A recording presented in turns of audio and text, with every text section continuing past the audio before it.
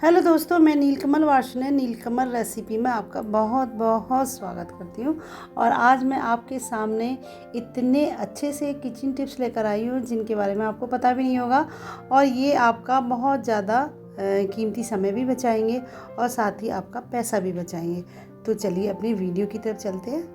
जब हम लहसुन खाते हैं तो कभी कभी हमें 1 या 2 लहसुन को बिल्कुल बारीक पीसना होता है, तो उसके लिए हम मिक्सी का जार इस्तेमाल नहीं कर सकते क्योंकि 2 ही पीस हमें पीसने हैं और जार होता है बड़ा। तो मैं आपको बताऊंगी कि आप छोटे से ये ग्रेटर से किस तरह से आप अपने लहसुन को बारीक पीस सकते हैं, वो भी 1-2 पीस को। लेकिन हमारे सामने ये समस्या होती है कि ग्रेटर में अगर हम लहसुन को पीसेंगे तो इसमें बदबू आने लगेगी लहसुन की, जो कि अगर कभी कभी हम लोग नारियल भी से घिसते हैं या अदरक भी घिसते हैं। तो बहुत सिंपल तरीका बताऊंगी आपको। एक पॉलीथीन ले लीजिए, पॉलीथीन को इस तरह से आप अपने ग्रेटर पर इस तरह से लपेट दीजिए और उसके बाद लहसुन को इस पर घिस दीजिए। तो घिसने के बाद देखिए, एक तो आपके हाथ में चोट भी नहीं लगेगी, कभी कभी हमारा हाथ कट जाता है, और दूसरा आपके ग्रेटर पे लहसुन की बिल्कुल भी स्मेल नहीं आएगी। तीसरा, आपका जो लहसुन है एकदम बारीक पीस जाएगा। तो 1 या 2 पीस हमें अगर कभी भी घिसने हो तो इस तरह से छोटा से ग्रेटर पर आप इस तरह से एक पॉलीथीन को लपेट कर आप लहसुन को घिस सकते हैं और उसको एकदम बारीक बना सकते हैं। तो ये कितना अच्छा सा तरीका। और देखिए, इसके बाद मैं आपको एक लहसुन और घिस कर दिखाऊंगी, एकदम बारीक पिस गई है। कभी कभी हमें आधा चम्मच या 1 चम्मच लहसुन की ज़रूरत होती है, यानी कि 2 या 3 पीस हमें लहसुन की ज़रूरत होते हैं, तो उसको हमें बिल्कुल बारीक करना है। तो ये वाला टिप्स जो है बहुत ज़्यादा आपके काम में आएगा। आपको बारीक लहसुन बनाने के लिए आप इस तरह से छोटे से ग्रेटर पर एक पॉलीथीन को लपेट दीजिएगा, उसके बाद इसको घिसिएगा और देखिएगा उस पॉलीथीन को जब हम हटाएंगे तो हमारा ग्रेटर जो है एकदम साफ़ रहेगा और इसमें लहसुन की बिल्कुल भी स्मेल नहीं आएगी। तो देखिए कितना अच्छा सा तरीका है 2 या 3 पीस लहसुन को बिल्कुल बारीक बनाने का, और इससे आपके हाथ में बिल्कुल भी चोट नहीं आएगी और लहसुन भी बारीक पिस जाएगा।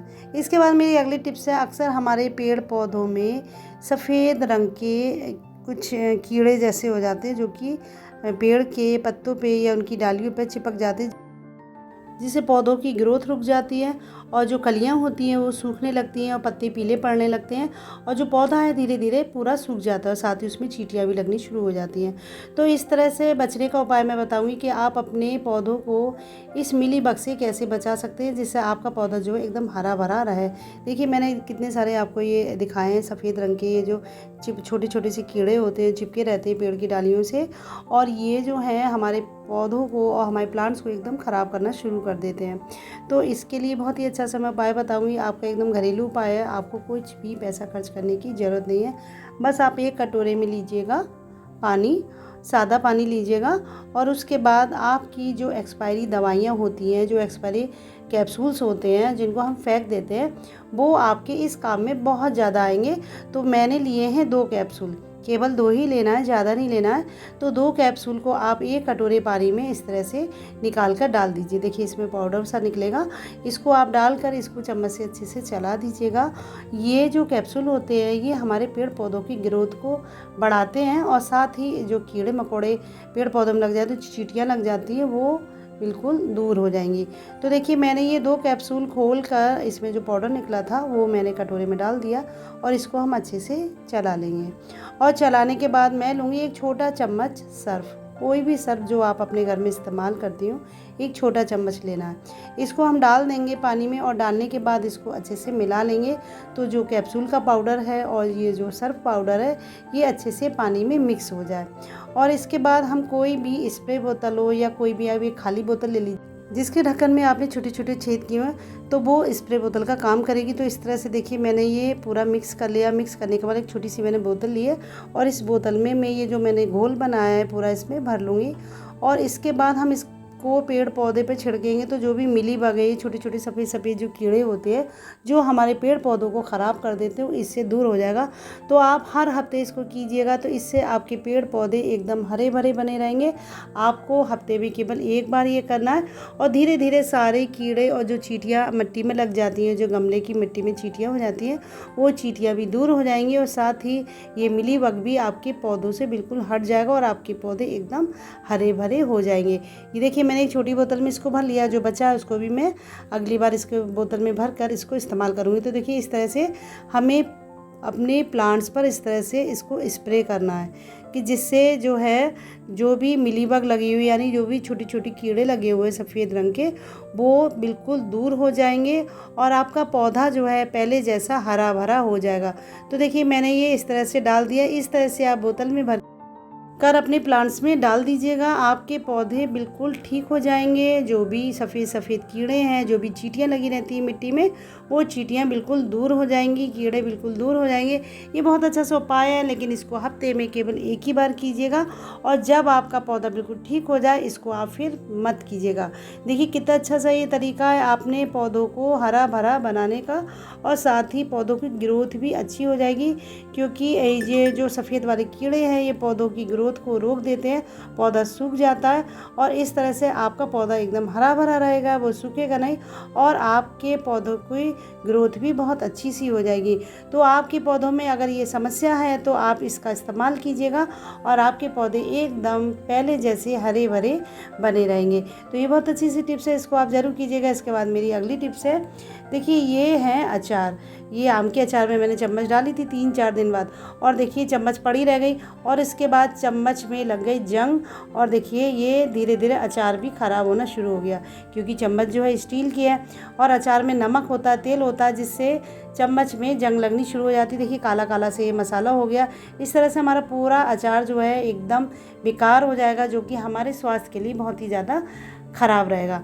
तो कभी भी आपको अगर अचार निकालना हो तो आप स्टील की चम्मच से मत निकालिएगा और ना ही स्टील की चम्मच को आप उसमें पड़े रहने दीजिएगा।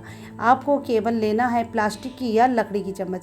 इस तरह से चम्मच से आप अचार निकालेंगे, आपका अचार बिल्कुल ख़राब नहीं होगा, ना ही आपके अचार में कोई जंग आएगी। अगर आपकी चम्मच अचार में पड़ी भी रह गई हो तो आपका अचार बिल्कुल भी ख़राब नहीं होगा और आपकी हेल्थ के लिए भी बहुत अच्छा ये रहेगा। तो देखिए कितना अच्छा सा टिप्स है। कभी कभी हम लोग चम्मच को महीनों अचार में पड़े रहने देते हैं और इस तरह से वो अचार हमारा ख़राब होने लगता है। तो देखिए कितनी अच्छी सी टिप्स है। अक्सर ये प्लास्टिक की चम्मच या लकड़ी की चम्मच मार्केट में मिलती है, बहुत ही सस्ती मिलती है। आप इसको लाइएगा और इससे अचार को निकालिएगा, आपका अचार भी ख़राब नहीं होगा। कभी कभी हम स्टील की चम्मच गीली डाल देते हैं, इस तरह से हमारा अचार जो है ख़राब हो जाता है या हमारा अचार जो है फफूंद जाता है। तो आप कभी भी इस तरह से मत इस्तेमाल कीजिए, इस चम्मच को मत इस्तेमाल कीजिए। आप लकड़ी की या प्लास्टिक की चम्मच को इस्तेमाल कीजिएगा और चम्मच एकदम सूखी डालिएगा, क्योंकि गीली चम्मच से अचार जो है ख़राब हो जाता है। इसके बाद मेरी अगली टिप्स है, देखिए ये है हमारा चॉपर, और इसके जो ब्लेड है ना इसकी धार एकदम कम हो गई है, क्योंकि इसका ज़्यादा इस्तेमाल किया। तो अगर आपके चॉपर की ब्लेड की धार कम हो जाए तो बहुत ही सिंपल सा तरीका है। आप पिस्ते खाती होंगी, पिस्ते के छिलकों को संभाल के रख लीजिएगा। वो छिलके आपके चॉपर की जो ब्लेड है इसकी धार को तेज़ करने के काम में आएंगे। मैं अक्सर पिस्तों का इस्तेमाल करती हूँ तो इनके छिलकों को फेंकती नहीं हूँ। तो देखिए इस तरह से मैंने 15-20 छिलके जो हैं पिस्ते के चॉपर के अंदर डाल दिए और इसके बाद मैं इसको चलाऊंगी और 6-7 बार चलाने के बाद आपके जो इसके ब्लेड हैं वो एकदम ठीक हो जाएंगे, उनकी धार जो है तेज़ हो जाएगी। तो देखिए डालने के बाद मैं इस तरह से 5-6 बार इसको अच्छे से चला दूंगी, तो उन छिलकों की वजह से इनकी ब्लेड की जो धार है एकदम अच्छी हो जाएगी और बहुत ही तेज़ हो जाएगी। तो कभी भी आपके आगे ये समस्या है, आप ये वाला टिप्स ज़रूर आजमाइएगा। आपका चॉपर जो है एकदम ठीक हो जाएगा और पहले जैसे ही आपकी सब्जी को काटने लगेगा। तो देखिए कितने सारे ये टिप्स हैं जो कि आपके बहुत ज़्यादा काम के, आपके बहुत ज़्यादा पैसे बचाएंगे। अक्सर हम चॉपर को अगर ख़राब हो जाता है या उसके ब्लेड ख़राब हो जाते हैं तो फेंक ही देते हैं। आप उनको फेंकिएगा नहीं, आप ये वाला उपाय अपनाइएगा, आपका चॉपर पहले जैसा एकदम तेज़ धार वाला बन जाएगा। तो आपको ये सारे टिप्स कैसे लगे मुझे कमेंट बॉक्स में ज़रूर बताइएगा। अगर अच्छे लगे तो प्लीज़ लाइक ज़रूर कीजिएगा। मिलते हैं अगली वीडियो में, तब तक के लिए बाय बाय।